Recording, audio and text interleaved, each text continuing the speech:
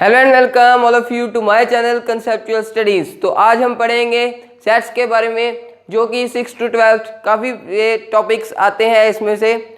तो स्टार्ट करने जा रहे हैं सेट्स चैप्टर। इससे पहले मैं आपको बता दूं कि अगर आप हमारे चैनल पर नए हैं तो प्लीज़ चैनल को सब्सक्राइब कर दीजिए, बेल आइकन को प्रेस कर दीजिए, जिससे हमारे आने वाले वीडियोज़ की नोटिफिकेशन सबसे पहले आपको मिले। तो चलिए स्टार्ट करते हैं। तो what is sets? What is a set? Set क्या है?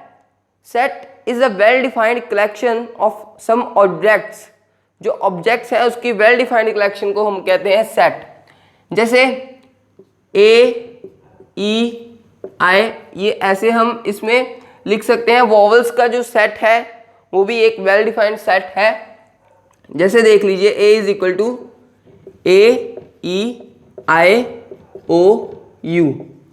This is a well defined object and this is called a set. तो जैसे हम कह सकते हैं कि ये सेट है, वैसे ही अगर हम इसको कहें कि डिफरेंट, जैसे टैलेंट वेरी करता है सभी में, हम कहते हैं कि जो group of best cricketers in the world, तो वो भी टैलेंट वेरी करेगा। तो ऐसे ग्रुप उसका वो सेट नहीं बन सकता। तो इसका क्या है, इंग्लिश के जो वॉवल्स हैं ए, ई, आई और यू, ये कभी वेरी नहीं कर रहे, तो ये एक सेट है, वेल डिफाइंड कलेक्शन है। तो ये इसको हम सेट कहते हैं। अब एम्प्टी सेट क्या होता है? एम्प्टी सेट वो सेट है बच्चों जिसमें कोई भी जो एलिमेंट है नहीं प्रेजेंट होता, उसको हम 5 से डोनेट करते हैं। उसको नल और वॉइड सेट भी कहते हैं। ये उसका सिंबल होता है 5, इसको हम एम्प्टी सेट कहते हैं। तो इसको नल और वॉइड सेट भी बोलते हैं। सेकेंडली, जो हमारा फिनाइट सेट है, FINITE, फिनाइट सेट, वो कौन सा सेट है? जिसमें एक नंबर की पीपल प्रेजेंट हो, जैसे कोई भी ऑब्जेक्ट्स का नंबर हो, जैसे 1 2 3 4 5 6 एंड 7। तो ये हो गया फिनाइट सेट, जिसमें यहाँ पर 1 to 7 नंबर्स हैं। तो ये x is equal to natural numbers, ये x is equal to n है। Okay, x is equal to natural numbers 1 से शुरू होकर 7 तक है, तो इसको हमने बोल दिया फिनाइट सेट। इनफिनाइट सेट कौन से हैं? जिनमें 1 2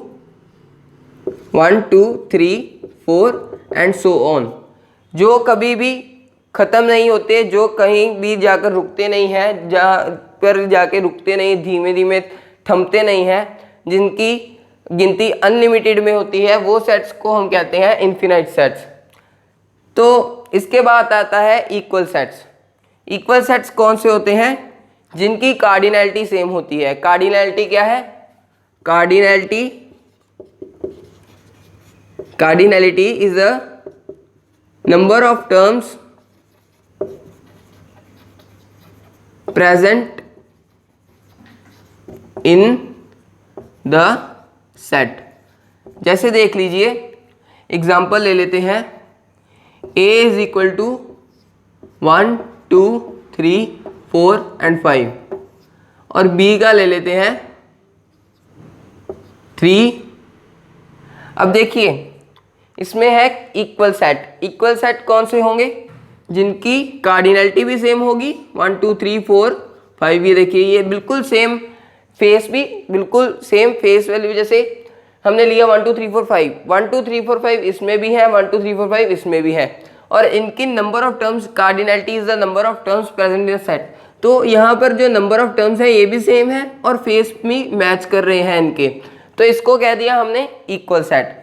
और इक्विवेलेंट सेट कौन सा है? इक्विवेलेंट सेट वो सेट है जिसमें देख लीजिए, ये अब इसके बाद हम एक एग्जांपल लेते हैं। जैसे देख लीजिए, यही सेट में a इज इक्वल टू 1 2 3 4 5 है, b को हम लिखेंगे 5 के आगे वाले लिख लो 6 7 8 9 10।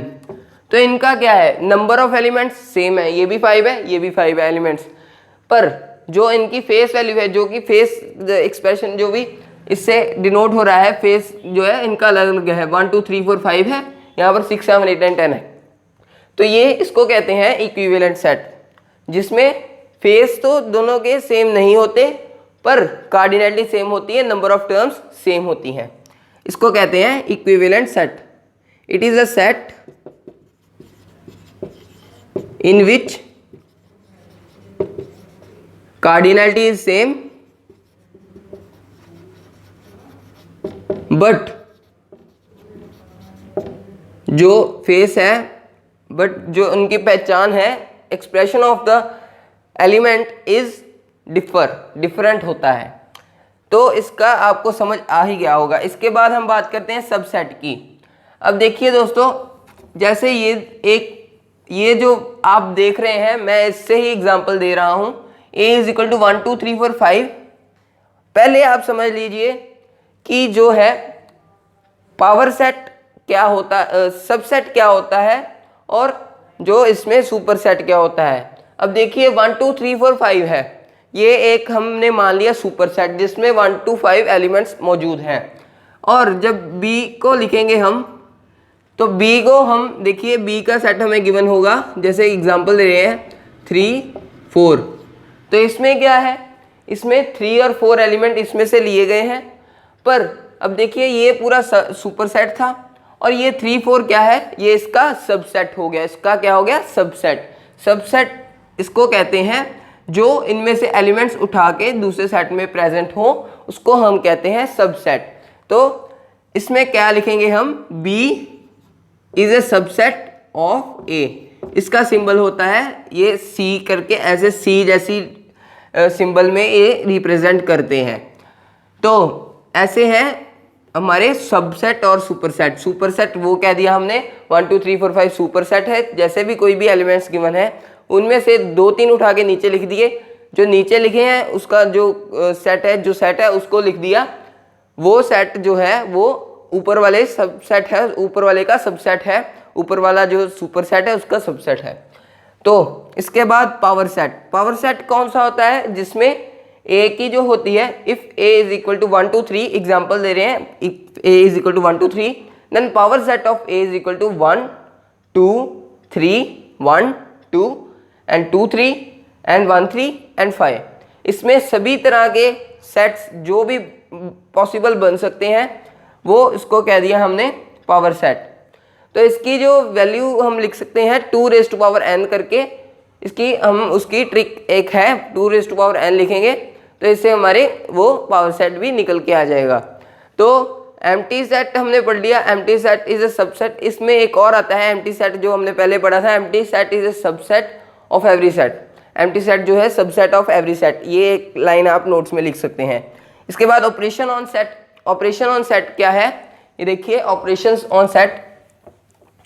अब ऑपरेशन ऑन सेट की मैं ओवरव्यू दूंगा, नेक्स्ट वीडियो में आपको सारा समझाया जाएगा कि ऑपरेशन ऑन सेट कौन से होते हैं। ऑपरेशन ऑन सेट देख लिए बच्चों, एक होता है ये इंटरसेक्शन का, A is to B। Then इसमें क्या होगा, देखिए A इज इक्वल टू हमें गिवन होगा 1 2 3 4 5 और B गिवन है 2 3 4 5। इसमें क्या है, इंटरसेक्शन इसका साइन होता है, इंटरसेक्शन इसको कहते हैं।